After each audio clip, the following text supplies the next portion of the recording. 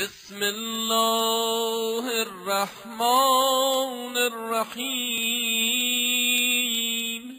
اعوذ باللہ من الشیطان الرجیم بسم اللہ الرحمن الرحیم الحمدللہ رب العالمین الصلاة والسلام علی رسولہ الکریم وآلہ الطیبین الطاہرین المعصومین سیما بقیت اللہ فی الارضین روحی وارواح العالمین لتراب مقدمہ الفدا وَلَعْنَةُ اللَّهِ عَلَىٰ أَعْدَائِهِمْ أَجْمَعِينَ مِنْ يَوْمِ عَدَاوَتِهِمْ إِلَىٰ قِيَامِ يَوْمِ الدِّينِ أَمَّا بَعْدُ فَقَدْ قَالَ رَسُولُ اللَّهِ صَلَّى اللَّهُ عَلَيْهِ وَآلِهِ وَسَلَّمَ الْوَلَدُ سَيِّدٌ سَبْعَ سِنِينَ وَعَبْدٌ سَبْعَ سِنِينَ وَوَزِيرٌ سَبْعَ سِنِينَ فَإِنْ رَضِيتَ إِخْلَاقَهُ لِإِحْدَى وَعِشْرِينَ سَنَةً وَإِلَّا ضُرِبَ عَلَىٰ جَنبَيْهِ فقد اعذرت الی اللہ۔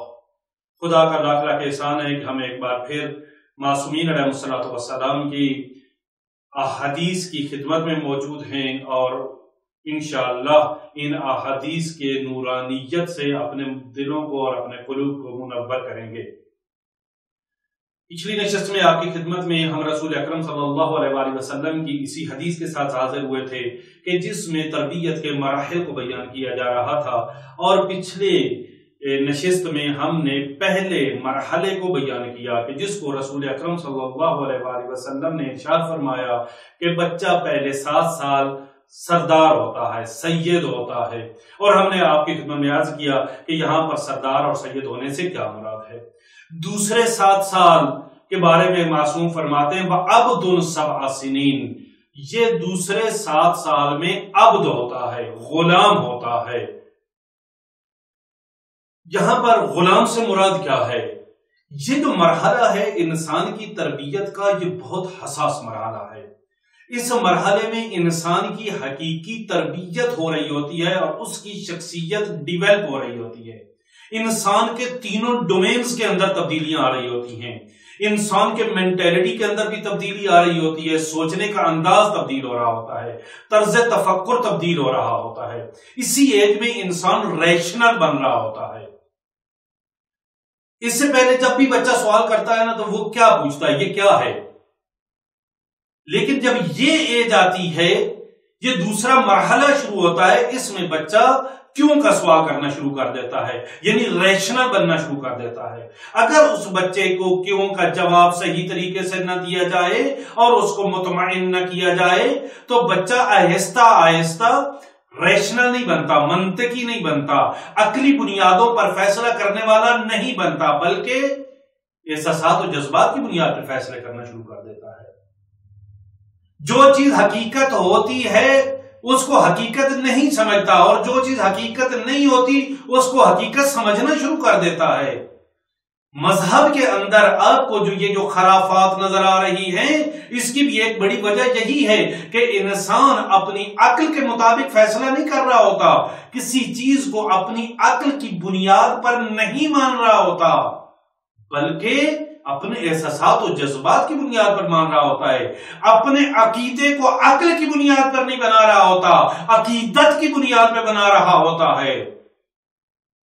یہ اسی لیے ہے کہ جس ایج میں یہی جو دوسرا مرحلہ ہے، اس کے اندر ریشنلائزیشن، اس کو ریشنل ہونا چاہیے تھا، اس کو منطقی ہونا چاہیے تھا، عقلی ہونا چاہیے تھا، اس کی عقل کو پروان نہیں چڑھایا گیا، اس کے طرز تفکر کو پروان نہیں چڑھایا گیا۔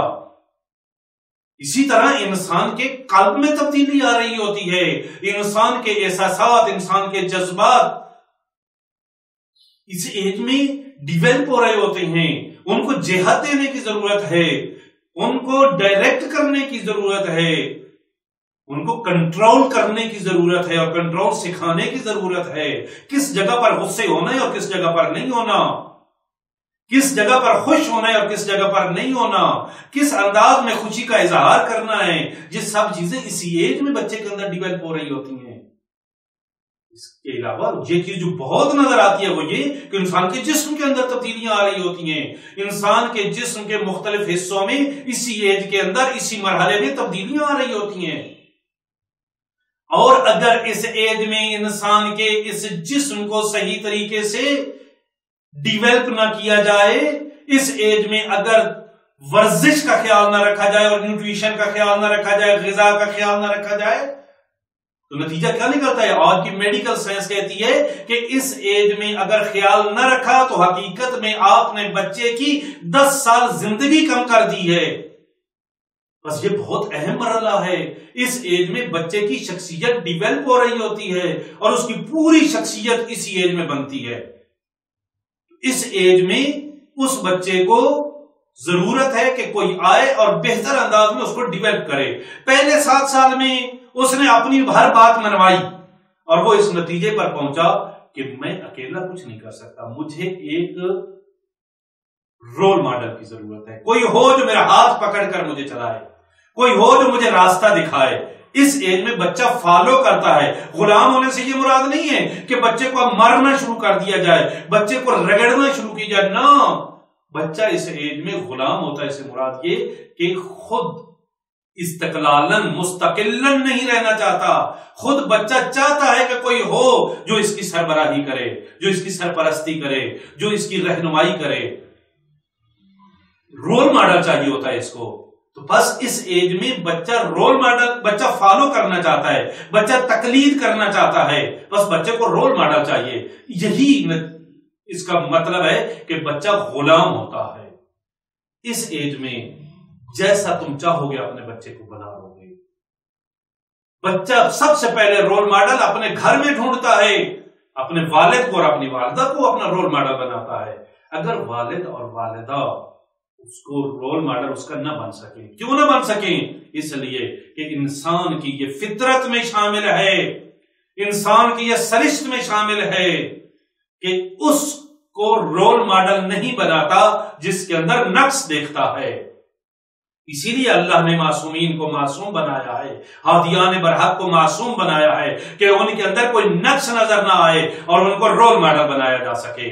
بچہ جب اپنے گھر میں رول ماڈل نہیں بنا پاتا کسی کو، اس کو والدین کے اندر نقص نظر آتے ہیں، تو پھر وہ ٹیچرز کی طرف بڑھتا ہے، پھر وہ ٹیچرز کو اپنا رول ماڈل بنانا چاہتا ہے۔ تو بس ضروری ہے کہ ایسے ٹیچرز بنائے جائیں بچوں کے کہ جن کو واقعی رول ماڈل بنایا جا سکے، جن کو دیکھ کر بچے کی تربیت ہو سکے۔ بچہ اٹھے گا تو اسی طرح جس طرح ٹیچر اٹھتا ہے، بچہ بولے گا اسی طرح جس طرح ٹیچر بولتا ہے، حتیٰ بچہ ہاتھ بھی اسی انداز میں ہلائے گا جس طریقے سے اس کا ٹیچر ہلایا کرتا ہے۔ تو رول ماڈل چاہیے اس ایج میں بچے کو، اور اگر والدین بھی رول ماڈل نہ بن سکے، ٹیچر بھی رول ماڈل نہ بن سکا، تو اس دنیا میں آج کل سوشل میڈیا موجود ہے، اس کو بہت سے رول ماڈل مل جائیں گے۔ اور آج اگر آپ اپنے معاشرے میں اپنے ارد گرد غور کریں تو آپ کو جو ہیئر سٹائل نظر آئیں گے، آپ کو کپڑے پہننے کے سٹائل نظر آئیں گے، آپ کو اٹھنے بیٹھنے کے جو سٹائل نظر آئیں گے، یہ آپ کو میڈیا کے دیے گئے ہیں، یہ ہمارے کلچر نے نہیں دیے، یہ میڈیا نے اس کو دیے ہیں۔ بچے کو رول ماڈل چاہیے اس ایج میں۔ بچہ رول ماڈل پھر اگر والدین بھی اس کے لیے نہ بن سکے، ٹیچر بھی نہ بن سکا، تو پھر وہ سوشل میڈیا سے رول ماڈل لے لیں گے۔